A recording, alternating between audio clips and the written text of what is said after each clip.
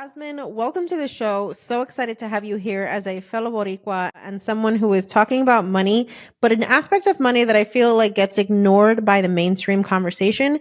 It's the relationship between mindset and your dinero. So I'm super excited to dive into that conversation with you today. But first off, let's have you introduce yourself to the audience. Yeah, so I'm Jasmine Ramirez. I am a New Yorican, and a little bit about myself. I am kind of like a serial entrepreneur. I actually have 3 businesses, kind of like you, Janice. Like any good hustler out there. Yeah, literally. I think any social worker, honestly, is like a great hustler. But all of that to say, I am a social worker. I'm a licensed clinical social worker, and all of my businesses kind of intersect in that place of money and mindset. So I'm a certified financial social worker, and my goal really is to help people really transform their relationship with money so that they can stay out of debt, get out of debt, and build wealth for the long term. Amazing. We need all of that. I am intrigued. I didn't even know that like financial social work was a thing. How did you discover this industry and how did you actually become a certified financial social worker? Well, great question. I didn't even know it was a thing myself. I've been doing this for over like a decade now. So a little bit about me. I started off in medical social work, and I always knew that I wanted to be better off with my money. And I had a lot of anxiety about that, which we can talk about that later in terms of just mindset around it. But when I was going through the pandemic in the hospital, I was really coming up with like my own money challenges and seeing everybody else kind of dealing with their own money challenges. I had a funny story where I actually was seeing my neighbor I lived in an apartment building in New York. They saw my neighbor who was getting a bunch of deliveries to the house. And I was like, they are doing their money all wrong. Like, they're not taking advantage of this time. Like, why are we buying all these Amazon purchases when we should just be like saving or like paying off our debt? I'm not going to lie. I did like a little creepy thing, and I looked up this person. And I found out that she was like the CEO of like a financial company in New York City that helped to empower women specifically around their finances. And I was like, oh my gosh, this is exactly what I need. Like, she's doing all of the work that I've been super interested in. And so I kind of started digging from there. Like, how do I blend these two, finances and mental health? I didn't know that it existed, but I started my financial coaching program with my husband in 2021, like shortly after the pandemic. In the course of doing that work, I realized that most of the work that I was doing, which was actually social work, like all of the studies that I had done, was actually helping people really transform their relationship with money and really navigate anxiety and depression related to their finances. And so, yeah, I found a certification program through my NASW, got certified, and here I am a few years later. That's amazing. I love the fact that you found the thing you're passionate about and the thing that you're good at and you meshed them together. I would say if a dream job exists, that's the type of work you want to be doing. It's the thing that you're good at, but also the thing that you love. So congratulations and kudos to you to creating this career that you didn't even know existed when you first started. Now, I want to step back in time and I want to find out more about your money story. So, what are some of those narratives that you have uncovered, you picked up along childhood about money? And I'm going to go and open the door for my dog so she can stop scratching on it while you answer that question. Okay. So, some narratives that I had around money, I didn't really think about my money story until I got into financial social work. Like, I didn't think that that was really impacting me. But what I can say is, definitely, I'm a product of my household. My parents are divorced. My mom was practically a single mother. She had multiple jobs at a certain point and was really just like concerned about keeping food on the table, making sure I had a good education, all of that stuff. And just seeing her hustle and the anxiety that she had, I think, bled into me at one point or another around like, okay, like things need to be a certain way. I need to be really meticulous about how I spend my money. And then the other thing about that was also I grew up in a really religious household. So my dad is actually a minister and my grandfather is a minister. So we grew up with a lot of religious beliefs around money, and money's not something that's actually talked about a lot in church. And when it is talked about, it's talked a lot about in the sense of tithing. So when I first got my first job, and in case, folks out there don't know what tithing is, it's about giving a percentage of your income, usually 10% to the church. And so when I got my first job, that was like really the lesson that I got was like, just tithe and the rest of it is yours to spend. Like there was no savings lesson in that. It was like, give what you need to God and then the rest you can spend. And so saving was actually really hard for me as an adult. Like I had to really train myself to get into a mentality of saving and putting money aside. So I can see from both sides, like how those stories impacted me and the anxiety that I kind of just like grew up with and the struggles that I had around building wealth. Yeah, I'm glad that you touch on the religious aspect that money plays with our communities, especially like Christianity and the various forms of that are very common in Latino households. And that's something I talk about in my book is like prosperity gospel and things like that, that like influence how you move with money. For folks who don't understand like what tithing is supposed to quote unquote like guarantee or why you do it, can you give us some religious context for that? Yeah, so tithing is a religious principle that we find in the Bible often, and it's really about giving back to the church community and giving back to the kingdom of God so that they can continue to grow and reach others. And so it's usually 10% is in the Bible. It's like that's the portion that you give back to the church. And then in addition to that, you give offerings, which is separate from tithing. So there's a lot of giving. And I think it's a beautiful thing to give, but it's something that I've had to really work through myself. Like you mentioned, this prosperity gospel around like, well, what happens when I don't have enough for myself? And how does that play into like my religious walk with God and how I want to navigate that? So it's definitely a tricky, and I've worked with a lot of clients that have also navigated this. It's a very like tricky space to be in.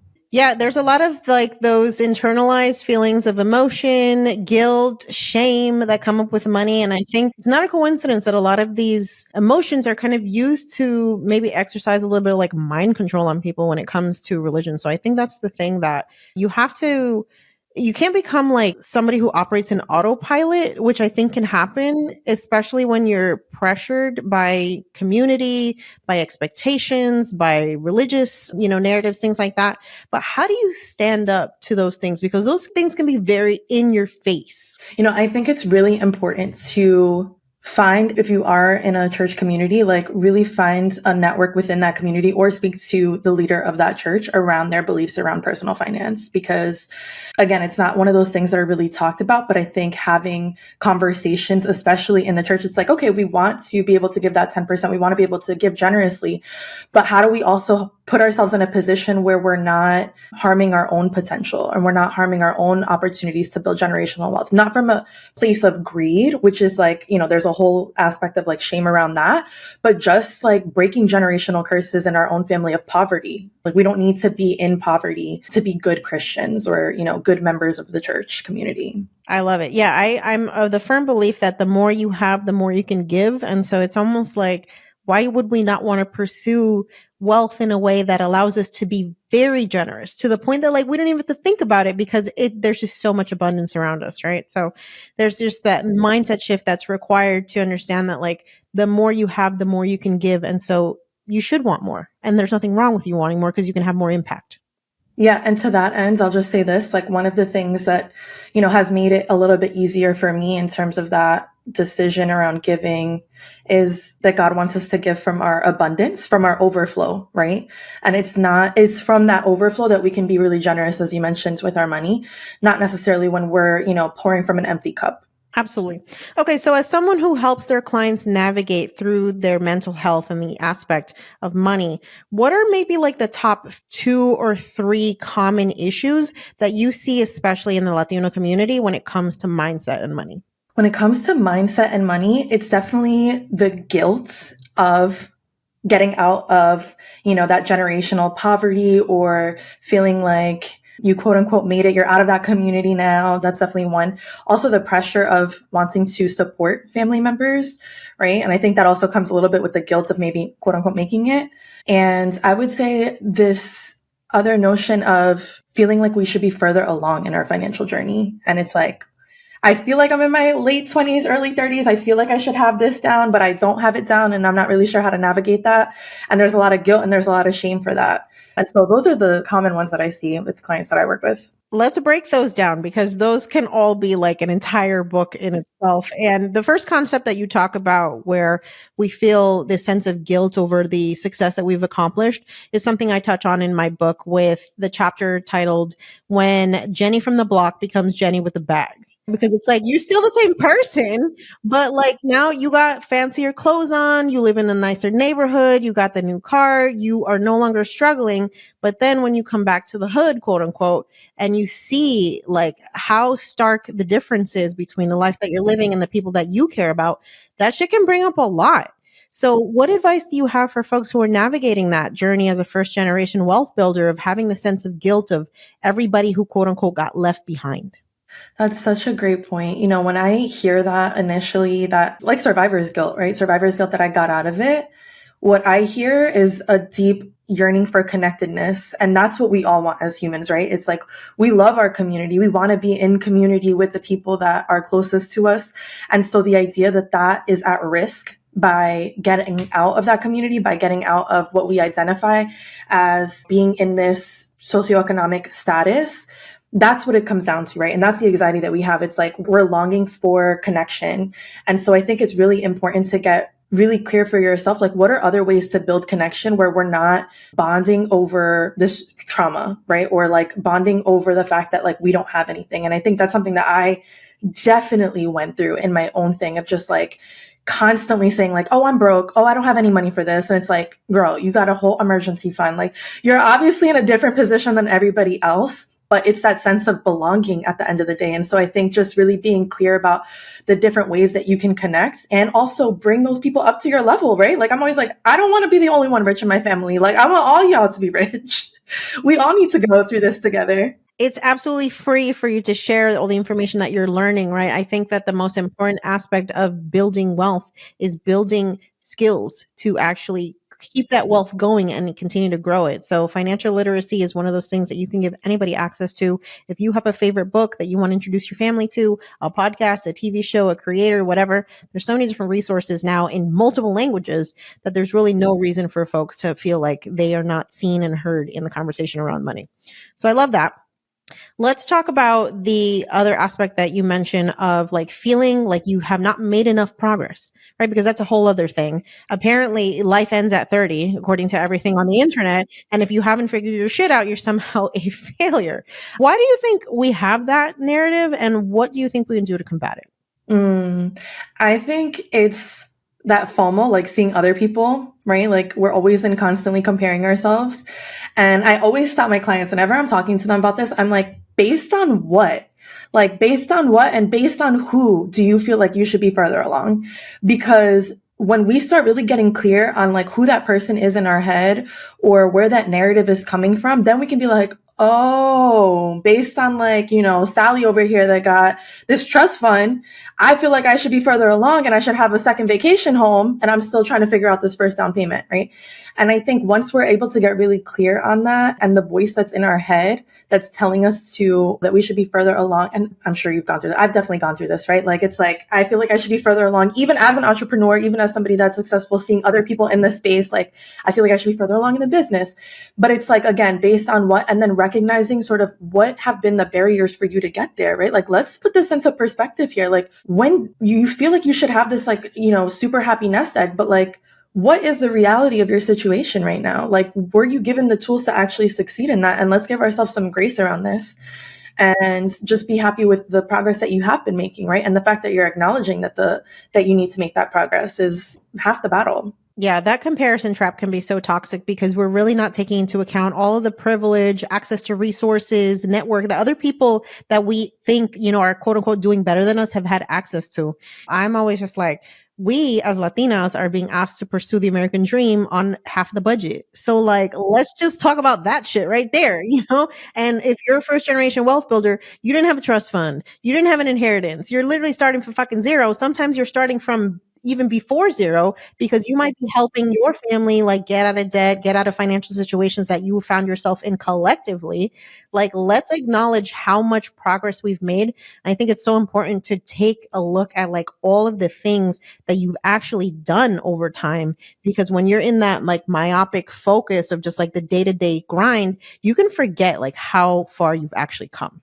Now, one of the things that I am personally navigating as someone whose parents are aging is like support, financial support. It's something that a lot of us have to think about, but it's overwhelming and it's exhausting, and it can potentially lead to us becoming financially unstable by providing that support. So what advice do you have around maybe putting boundaries around what support looks like so that we're not deflating our own boat before everybody else has been secured?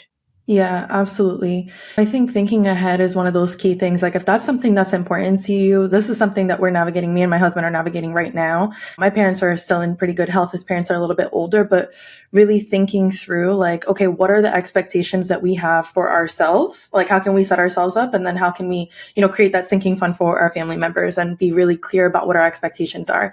And the other thing, as somebody that's worked in palliative care, I cannot stress this enough when it comes to end of life planning, whether you are like 80 years old or have parents that are like 50, I made my mom do a will like at 50 years old. I was like, girl, I'm not trying to go to probate court and figure all this out and go broke over all of this. Like, the best gift that you can give me is like securing whatever assets you have right now. And I think having those conversations today, like at your Thanksgiving dinner, is like super, super key. So really thinking about that, because it's the emotional component of having to plan for those things, but also the financial component of having to plan for those things. And so making sure that you're having open conversations with your family about their wishes, what their expectations are, what your expectations are, I cannot stress that enough, like having that conversation earlier. Yeah, it's a crucial conversation, but it's also one that brings a lot of feelings of maybe like you don't want to know because then it's like it's in your face now, like what the actual situation is.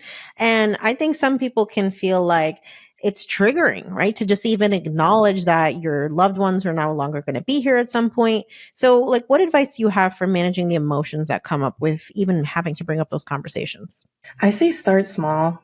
You don't have to go into the nitty gritty of all of it on day one, right? Like, I think just having conversations around like, what is like a good quality of life for you as you age, right? Like, at what point are you like, I don't want this? I talk to my grandmother a lot about this. She's somebody that has like chronic illness, diabetes, and she's very, very clear. I'm like, for you, like, what is a good quality of life? Like, is it a good quality of life to be able to go out to a restaurant? Like, think about it from that perspective, and less like, oh, like, do they want to be hooked up to machines? Do they want to give their house to their grandkids? But just thinking about like what is important to them and having those conversations with them in terms of what's really most important to them and breaking it up. Because I know for definitely in our Latino community, like our parents are probably like, you're jinxing it. Eso no se Mhm. habla. Like, we don't You talk want about me that. dead. Right? You want me dead. You want all my stuff. Right?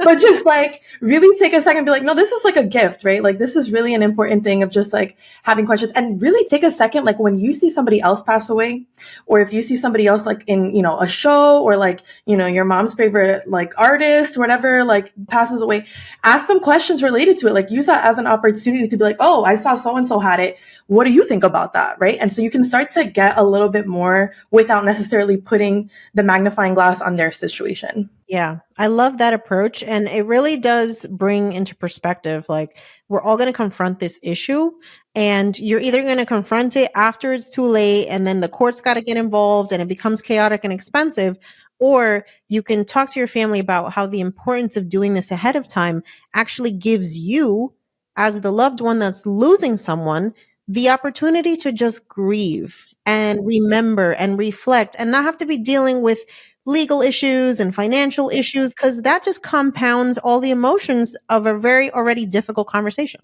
Yep, it's an emotional mess. It's a financial mess. Nobody wants it. It's terrible. Yeah. So we can do something about it. So let's be proactive. All right. So I think one of the biggest issues that I've seen when I explore the topic of mental health and money is just the stigma that still exists around therapy, especially for communities of color.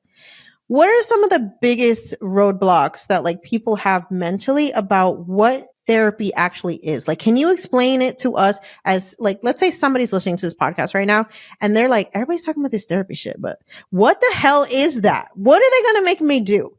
Can you walk us through what a typical therapy session looks like? Yes. So a typical therapy session, I can tell you what it's not, because I think people really get caught up on what it is and they have really terrible misconceptions about what it is. A therapist is not here to tell you what to do. Point one, right? And if you have a therapist that's telling you what to do, please find another therapist. Not a great therapist, right? A therapist is really there to help you explore yourself and to become aware of your triggers, to help you become aware of your patterns, and to be a sounding board, right? Like, they're picking out the patterns. Sometimes life, like we're so in it that it's so hard to see what is coming our way and the patterns that we continue to manifest in our day to day, right? And we're like stuck in the same cycle. Whereas a therapist, it might seem like you're not doing much, right? Like you're like, oh my gosh, I'm just talking about work. Oh my God, I'm just talking about this argument I had with my boyfriend yesterday.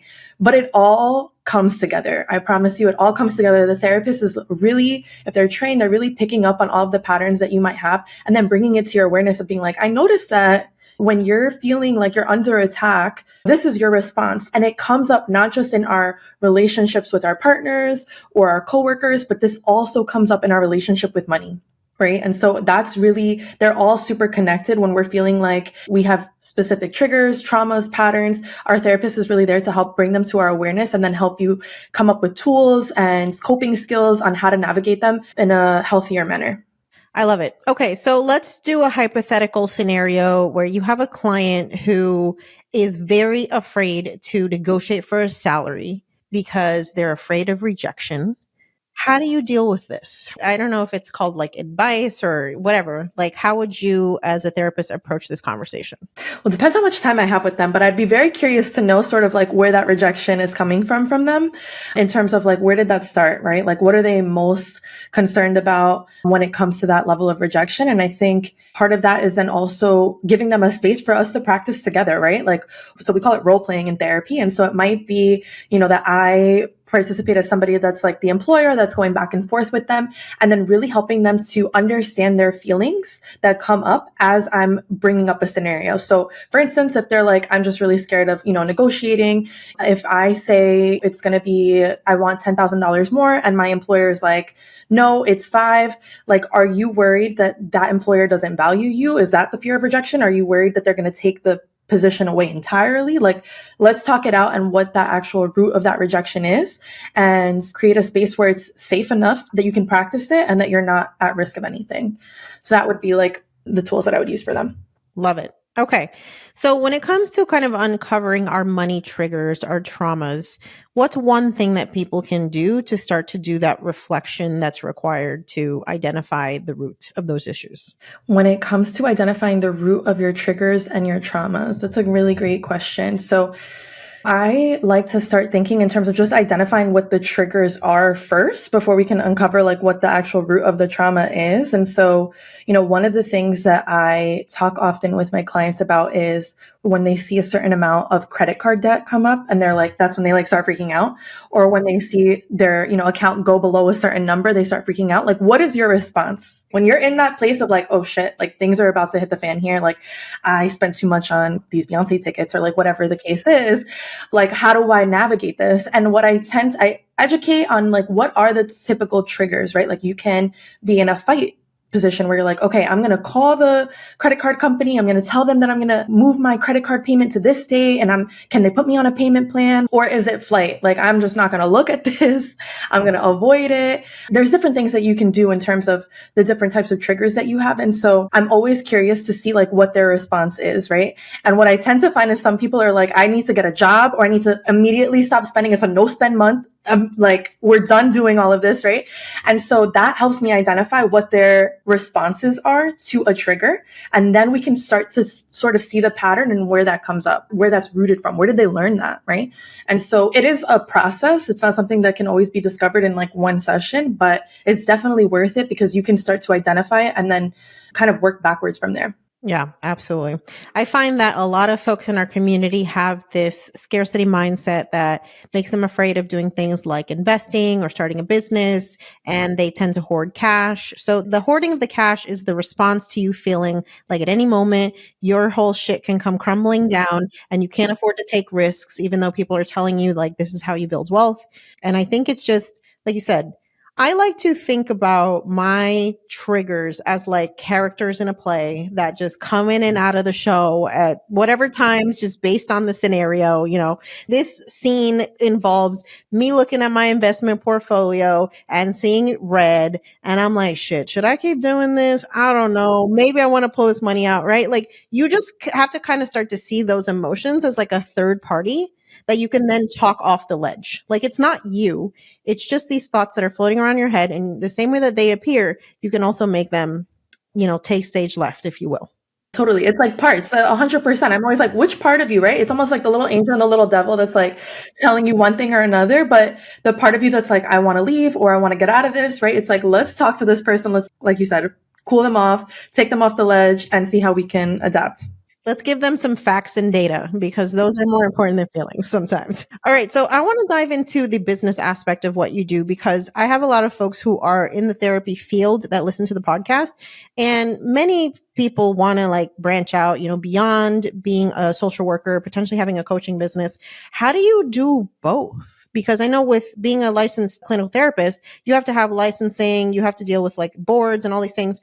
How do you also have a coaching business at the same time? Take me into the entrepreneurship side of things. This is a very good question. It's a identity shift. And I think something that I struggled with when I was going into the coaching space, because the skills that I have as a social worker that are protected by my license, they're innate. It's not something that I can just be like, oh, I'm not going to do this anymore. It's like how I think about the world, right? Like the way the things that I do, how I am, how I connect with folks in my community. Like it's just who I am. So I think making that shift from therapy to coach is like, how do you distinguish the difference between both? And I think with coach, you can use a little bit, the way that I internalize it is like I can use a little bit more sense of self with my clients than I probably would in a therapy aspect, and give more personal examples than I would perhaps in a therapy setting, right? And I think that with the coaching specifically, so I do financial coaching, it does give me a broader audience to be able to support clients from different states where I'm not licensed in and still utilizing some of the skills that I have, right? So I think as a therapist, when I first started into social work, I was like, this is a mistake. I should not have done this. There's no money in social work. I don't know what the hell I was thinking. Over time, it's been the greatest gift because I'm like, wow, these are just like such great skills that I can use in so many different things. So if you're a social worker out there, like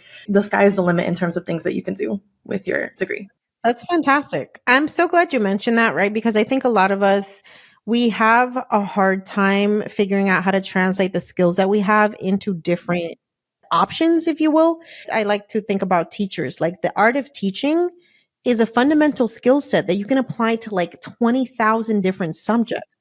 And it doesn't have to be that you teach in a school. You can teach online. You can teach as a coach. You can teach as a public speaker. Like there's so many different ways that you can utilize those skill sets. So I love that you mentioned, just kind of how you take the identity of the title out and just really get back to the skill set and then figure out all the different ways that you can apply them. Okay. Not only are you doing coaching and you have your private practice, but now you're also helping Latino clinicians in New York and New Jersey become the CEOs of their own private practice.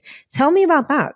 Yes, I'm really excited about this. So I started this business with two other Latina clinicians in 2023. So it's still relatively new, but our goal has been, as we started out as our own private practice owners and navigating the barriers around entrepreneurship and starting private practices and the challenges that come along with that. And so our goal has been to really help facilitate community because it can be really isolating in private practice.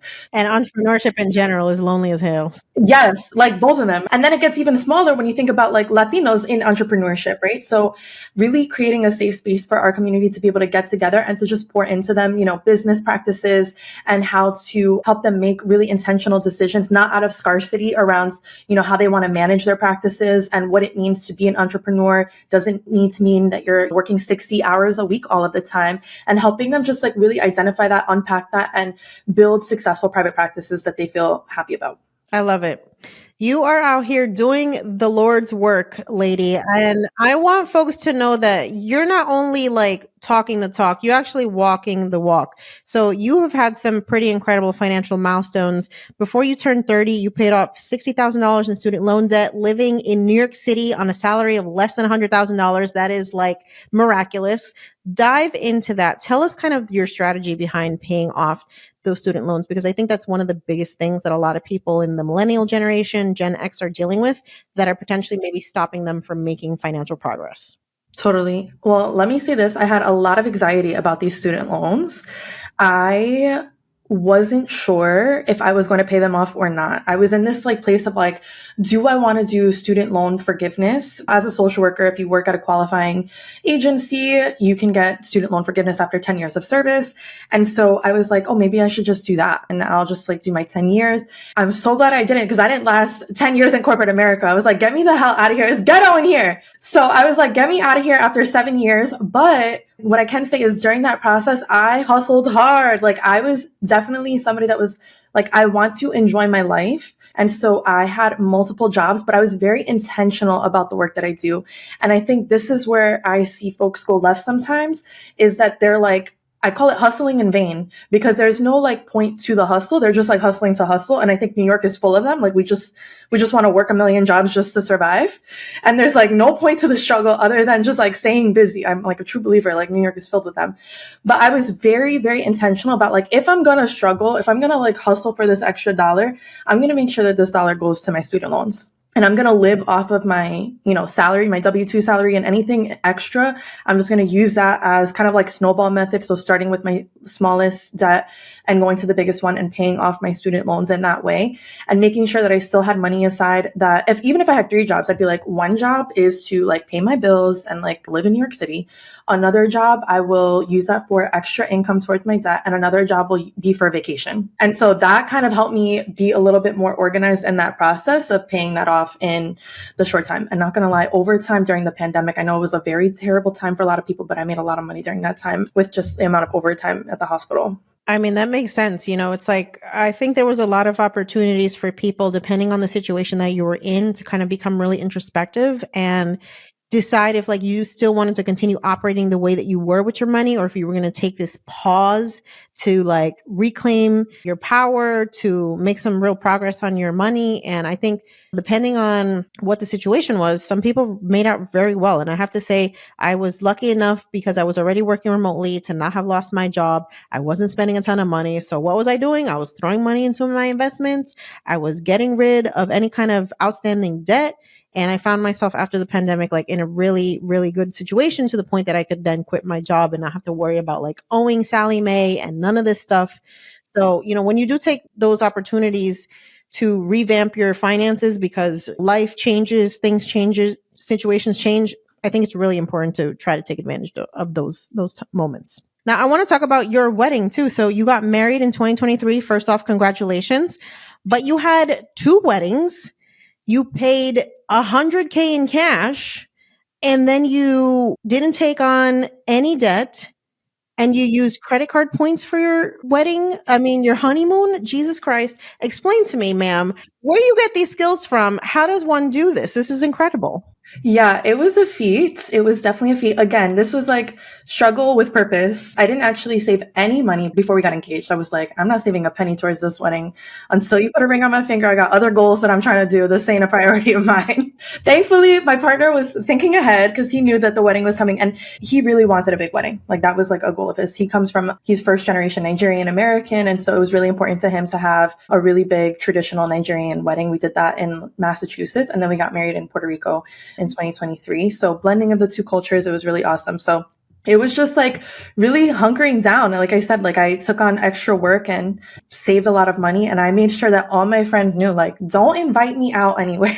Like it's backyard party season right now. Like come to my house for game night. I was doing loud budgeting before it was a thing. Exactly. Yeah. Like do not invite me out. Like come to my house. Like I will cook for you. Like it's potluck. And just being really intentional about that. And thankfully we did have some support with our parents in terms of some of the wedding expenses. So I think that was helpful. And then negotiating a lot with all of the vendors that we had. We had 200 people at our first wedding and over 100 people at our second wedding. So they weren't like, little itty bitty weddings, but it was definitely worth it. And then all of the money that we had used to pay for the weddings, we had opened up a credit card right before that so we can really maximize all of the points. And we ended up going to Japan for our honeymoon. We did like 2 weeks in Japan. We flew first class to Japan and did not pay a damn penny for it. It was incredible. Honestly, it was like probably one of my financial milestones in my life outside of paying off my debt was that.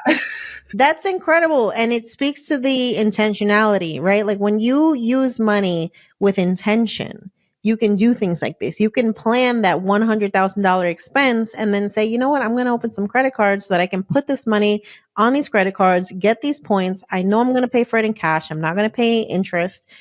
Brilliant.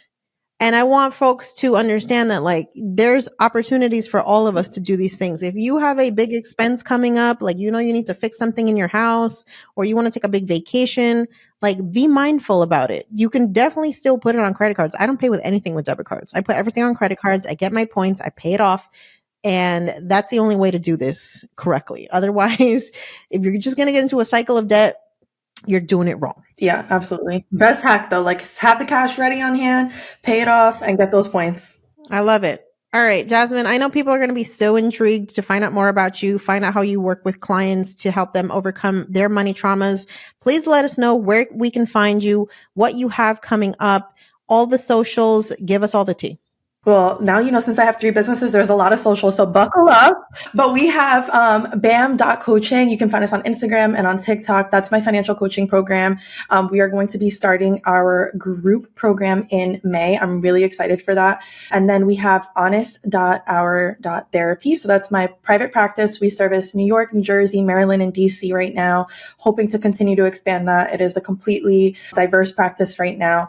And then latinx.practice.collective on Instagram as well. If you are a social worker or a mental health professional in New York and New Jersey and you're interested in opening up a private practice, definitely encourage you to follow us and reach out and see how we can support you. Fantastic. And we have all of those links in the episode show notes. So make sure to follow Jasmine. And y'all, make sure that in this conversation around money, when you're educating yourself about the importance of paying off debt, saving your emergency fund, and building wealth, make sure that you're also earmarking some time to work on your money mindset, because that is going to be the foundation that sets you up for success wherever you are in your financial journey. Jasmine, thank you so much for being here. Thank you. Thank you.